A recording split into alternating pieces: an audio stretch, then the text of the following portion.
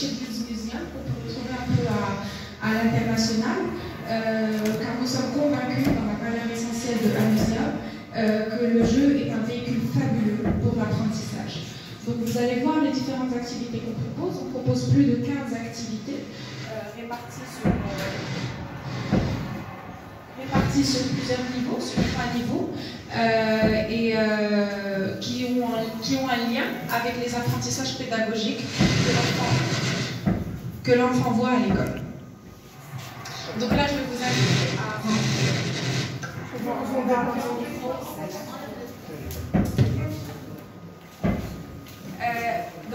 L'idée, c'est de... ici, c'est juste pour vous expliquer, en fait, c'est là où on rentre, où les parents sont accueillis à ce niveau-là pour accéder au niveau du parc. En matière de tarification, nos tarifs varient entre un tarif semaine et un tarif week-end. Le tarif semaine, il est à 120 dirhams pour un enfant, plus l'adulte qui l'accompagne gratuit. Pourquoi? Parce qu'on veut aussi favoriser, mis à part l'apprentissage, favoriser les activités familiales, l'épanouissement familial au sein de cet établissement. Donc on offre les tickets aux parents qui accompagnent leurs enfants de manière générale. Et le week-end, on est à 180 dirhams pour un enfant, plus son adulte accompagnateur. Il n'y a pas une limitation horaire au temps de tel. Quand l'enfant accède avec son parent, il peut passer autant de temps qu'il veut. Maintenant, à partir de 7 ans, on peut accéder les enfants seuls. Ils sont blindés pour la journée ou... Oui. Oui. Et à partir de 4 heures, on fait une petite remise. En semaine, ça descend à 80 et les week-ends, ça descend à 100. On a une capacité d'accueil de 250 enfants en même temps. Je vais vous inviter à rentrer pour visiter un peu les lieux et vous expliquer chacune des activités. On va voir un espace évasion. Si on rentre par là, on va vers l'espace découverte et ici vers l'espace évasion. Et chaque espace aborde un thème spécifique. On va rentrer dans l'espace découverte. Je vais tout faire. Au niveau de l'espace découverte, donc on commence par le commencement, à savoir les dinosaures. On a mis donc les équipements de jeu tels qu'on peut les voir ici, sont toujours accompagnés de panneaux texte et de visuels pour pouvoir apporter les enseignements derrière. Donc ici, par exemple, quand on arrive dans cet espace, c'est la découverte, on voit une grosse crise chronologique qui va du Trias, Jurassique, Crétacé, etc., puis la préhistoire, l'Antiquité, jusqu'à l'époque contemporaine. Et on voit un peu comment le monde a pu évoluer depuis les dinosaures jusqu'à l'apparition de l'homme et les premières constructions. Alors dans cet espace, c'est un espace qui est relié à l'archéologie et à la paléontologie. On va retrouver carnivores et en apprendre davantage sur les dinosaures.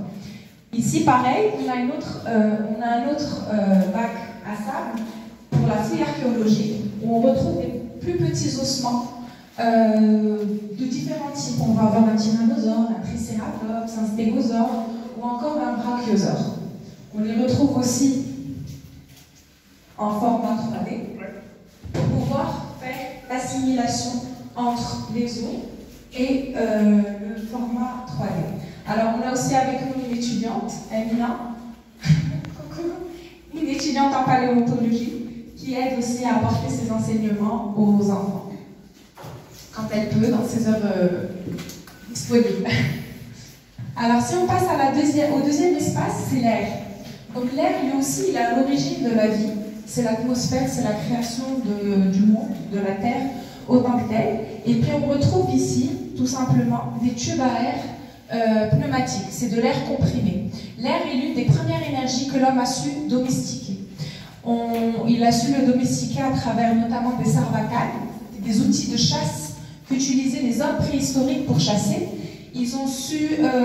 On a pu domestiquer l'air avec des souffleurs à air pour le feu, pour raviver le feu, ou encore avec les premiers canons à air qu'avaient créés les Grecs pour pouvoir augmenter la portée du tir. Ici, l'enfant comprend, à travers ces tubes, qu'on peut faire voyager un objet d'un endroit à un autre. Oups. Ah.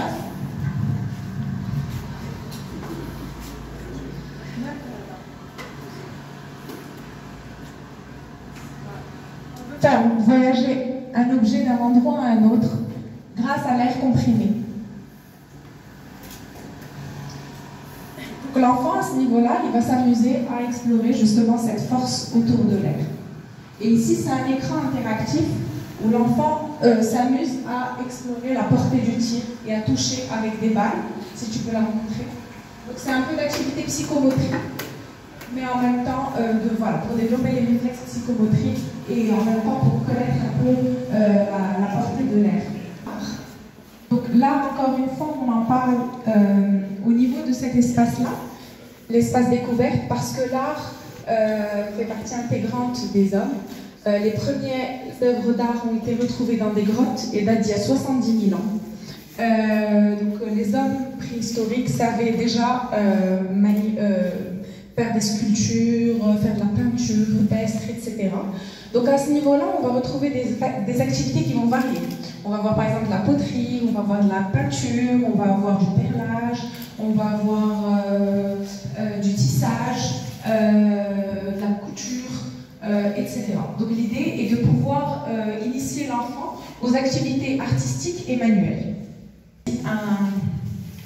Un fossile de Chenagnosaurus, qui est un dinosaure marocain, qui a été retrouvé sous Lechinen, qui n'existe pas ailleurs, et qu'on a pu sculpter, retrouver et voilà, reproduire à ce niveau-là pour en parler. Et puis on montre à ce niveau-là aussi, donc après les dinosaures, une évolution du monde, donc des habitats, des premières luttes, à l'invention de l'écriture, au Stone Age, aux pyramides, etc. Et puis on reproduit ici un petit chantier de construction où l'enfant peut manipuler une tractopelle.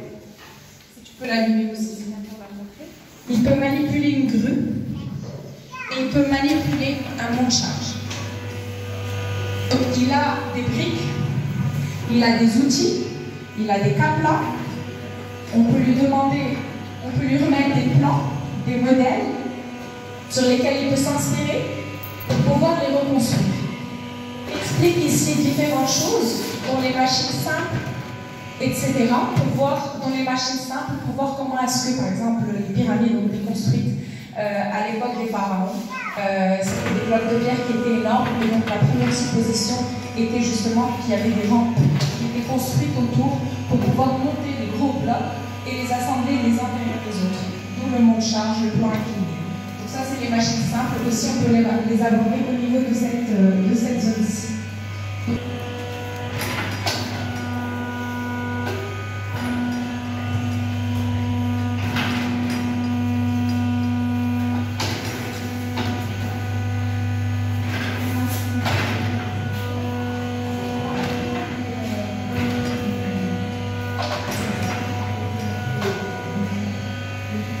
L'évolution de la génétique à travers notre environnement et notre mode de vie. Donc on sait que les hommes d'avant étaient plus forts que nous.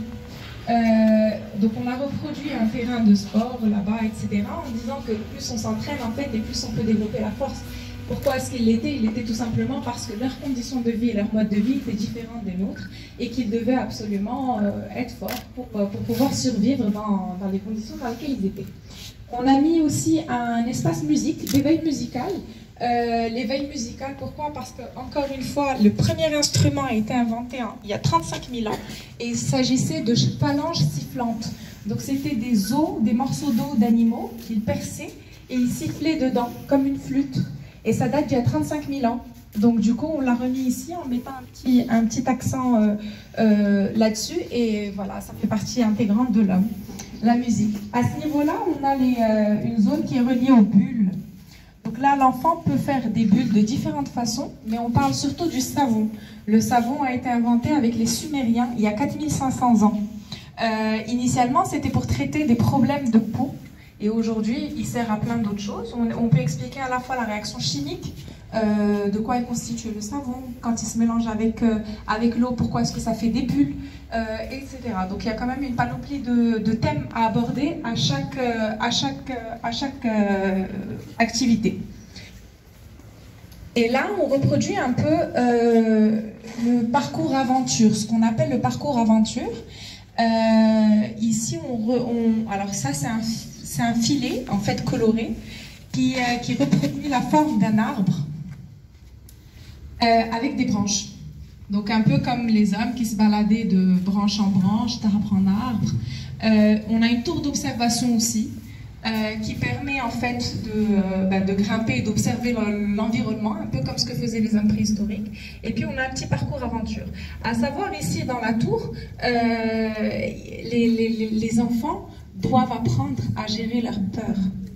En montant aussi haut, ils n'ont pas l'habitude d'être à un niveau aussi élevé et en sécurité. Et ils doivent monter seuls.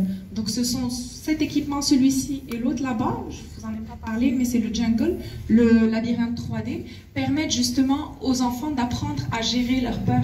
Parce que quand ils montent à l'intérieur, ils se sentent tout de suite en insécurité parce qu'ils sont surélevés. Et quand on les accompagne, première fois, soit avec la parole, soit en les suivant, ils apprennent à mieux gérer et la fois d'après, ils sont capables de faire tout seuls. Et donc, voilà, c'est une gestion d'émotions toute simple.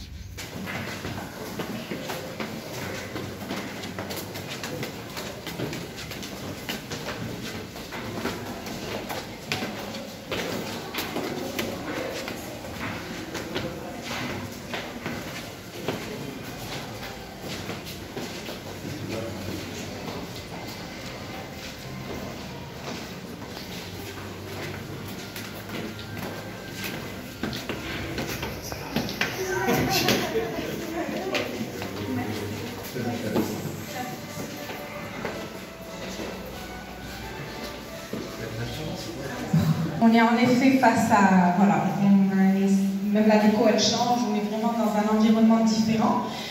On commence tout d'abord par la cuisine et le marché, donc l'alimentation. On aborde l'alimentation parce que l'une des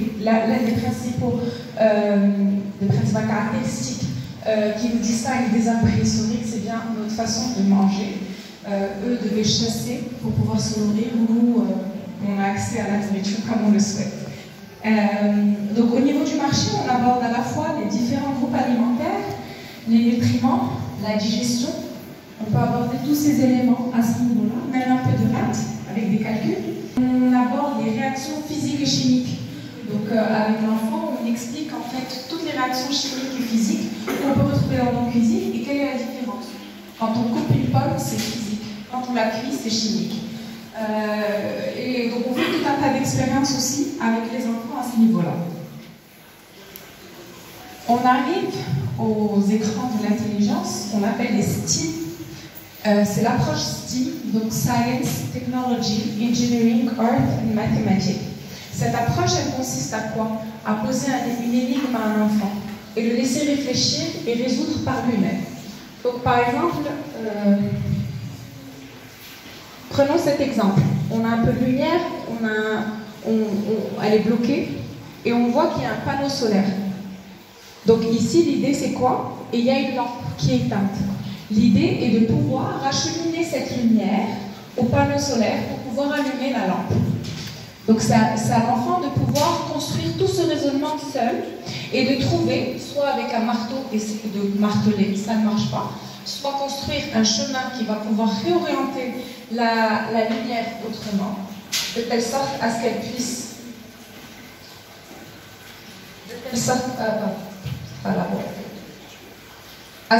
être réacheminée vers le panneau solaire. Vite.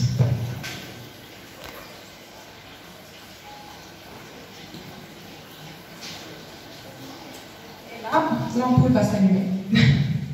Donc il y a tout un tas d'exercices là, c'est avec les mélanges de couleurs, après il y a avec l'eau, etc. Donc là c'est vraiment inciter l'enfant à réfléchir grâce à ces écrans. Énergie. Donc ici on a un vélo, on actionne une énergie mécanique qui va transformer l'énergie mécanique en énergie électrique. Donc en pédalant, la lumière s'allume.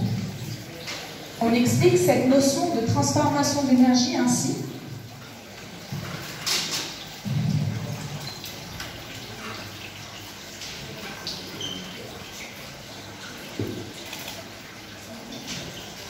Plus il pédalera fort et plus ça va monter. Ici, on a un bassin qui explique les forces de l'eau et qui explique aussi la transformation d'énergie.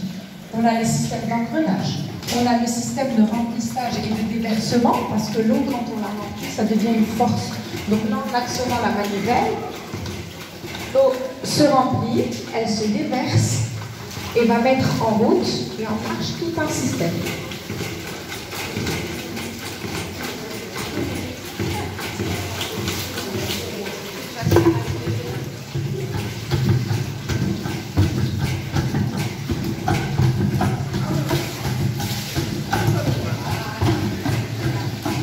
Voilà, faut du sport aussi. Une scène ouverte. Dans cette scène, on organise souvent des petites expériences scientifiques avec les enfants. On les invite à participer et à expérimenter de nouvelles choses. Parmi les shows favoris, ça va être par exemple les volcans. On va activer des volcans, on va faire décoller des fusées. On va faire de la magie avec de l'eau. On va faire de la magie avec des ballons. On va réussir à les gonfler sans souffler dedans et à les exploser sans les percer.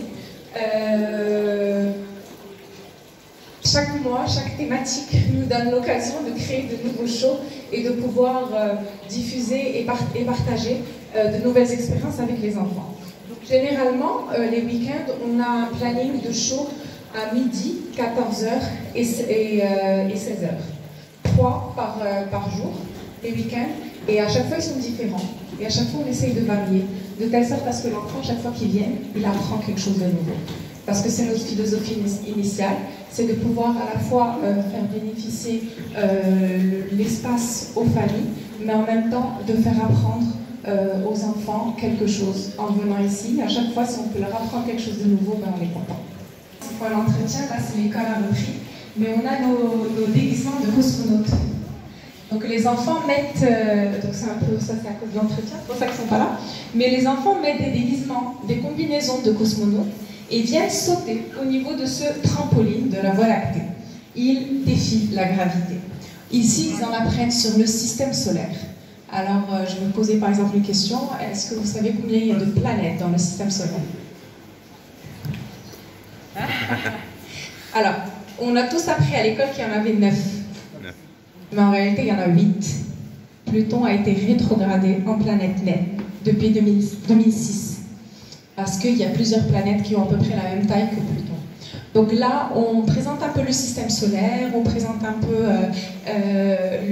l'espace, Apollo 11, les comètes, etc. Et puis alors, quand l'enfant saute, on lui pose plein de questions. Quand les écoles viennent, on cache par exemple les dénominations et on va leur demander de deviner.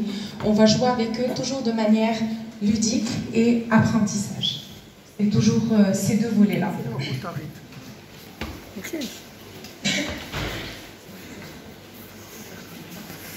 Deux activités qui sont assez phares et qui plaisent beaucoup et qui intéressent aussi les plus grands, les 12 ans, 13 ans. Alors là, c'est la réalité virtuelle.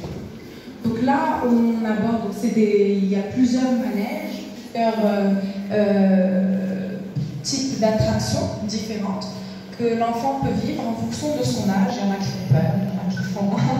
Donc des fois, on est à l'administration là et on s'entend crier comme si c'était un film d'horreur. Mais ici, en fait, on aborde les choses, encore une fois, de manière... on parle des illusions d'optique en soi. Donc le casque VR permet effectivement de voir en 3D, de se balader dans son environnement et de créer une immersion presque réelle. Mais l'idée est de pouvoir aborder un peu comment on en est arrivé à créer des imageries pareilles avec toutes les illusions d'optique, les kaléidoscopes, les praxinoscopes, les hologrammes, etc. Donc on a aussi nos ateliers qui vont permettre de fabriquer des hologrammes, de montrer un peu comment le mécanisme se fait pour créer toutes ces illusions d'optique.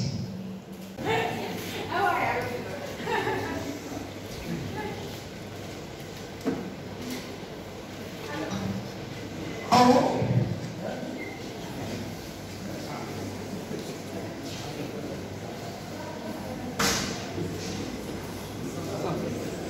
protection. Et puis on leur apprend c'est quoi un passage piéton, c'est quoi un stop, c'est quoi une direction, c'est pour un feu rouge et un feu vert.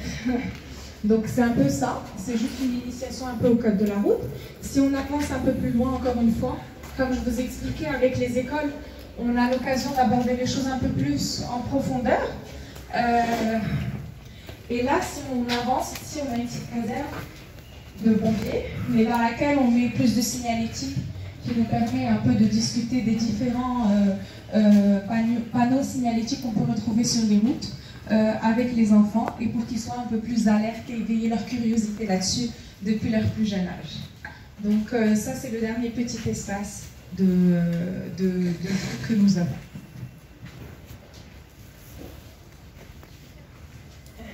Et encore une fois, par exemple, on va trouver des draisières pour les tout petits, jusqu'au vélo pour les tout grands. Donc on essaye d'adapter à chaque fois les activités pour qu'elles soient compatibles aux enfants de 2 ans jusqu'à 14 ans. Et puis il y a un petit parc aussi ici pour les tout petits, ils aiment bien passer du temps là. Sinon, pour les écoles, on a une petite pépinière pour tout ce qui est activité jardinage, pour aborder les différents éléments, à savoir la terre, l'air, l'eau, le feu. Donc pour compléter le cercle, ici on a des petites pépinières pour le jardinage, mais sinon c'est un espace qui est entièrement dédié aux anniversaires. Alors, un point essentiel que je n'ai pas dit, c'est que tout l'espace est conçu pour les personnes à mobilité réduite. Donc quand il y a par exemple des escaliers, on a mis en place des monts de charge pour les personnes à mobilité réduite, pour les parents en poussette, etc. De telle sorte à ce qu'ils puissent en fait faire la visite sans devoir sans la manette, couper les deux à monter et descendre les escaliers.